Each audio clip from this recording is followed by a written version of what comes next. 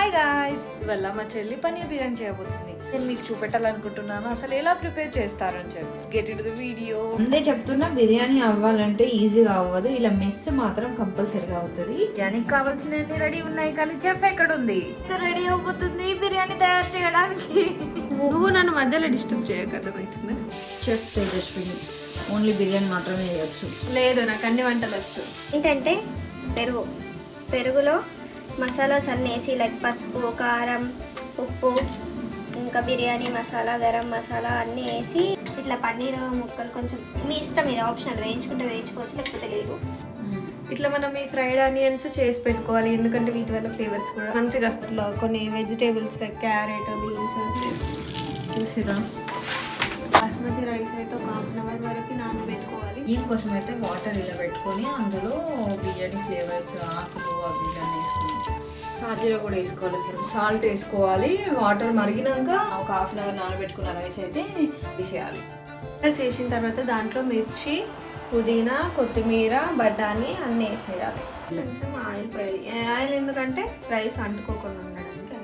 ఇది మా ఇంట్లో చేసిన ప్యూర్ నెయ్యి. మా మమ్మీ ప్రిపేర్ చేసింది. చేయడానికి ఇంకా ఆలోచించడమే ఉంది. ఆనియన్ ఎలా వద్దా అని ఆలోచిస్తున్నా అంట. ఈ ఫ్లేవర్స్ అన్ని మళ్ళీ కొన్ని వేసుకోవాలన్నమాట. దీంట్లో మనం బఠానీ దాంట్లో రైస్లో ఇస్తాం కాబట్టి దీంట్లో అవసరం లేదు.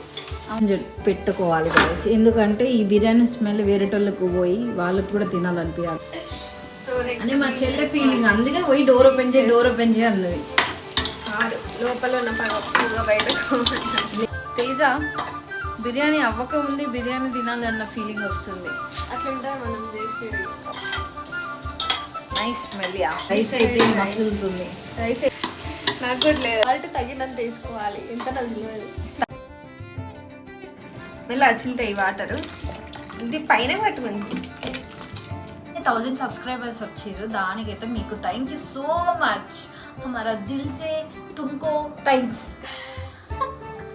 పుదీనా వేసి మనకు చెప్పకుండానే వేస్తుంది కొత్తిమీర, పుదీనా. నువ్వు రెడీగా ఉండాలి మరి, ఫోన్ పట్టుకొని. చూసారా, తిండన్న తర్వాత ఉర్రది కూడా ఆపేసింది. మనకైతే ఇంతసేపు వీడియో తీసినందుకు ఒక పన్నీర్ పీస్ తీసింది. ఇలా దయ్యన్నావు భరించాలిగా బిర్యానీ కోసం.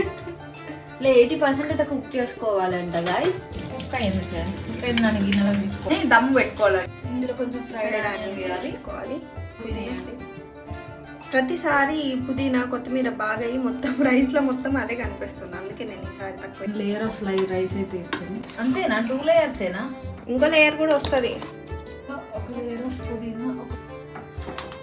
బిర్యానీ చేయడం చాలా ఈజీ. ఇప్పుడు ఇలా లేయర్ వేసేస్తే మన బిర్యానీ అయిపోయినట్టే. ఇంత ఈజీ బిర్యానీ. అసలు బిర్యానీ అని ఎందుకు అంటారు?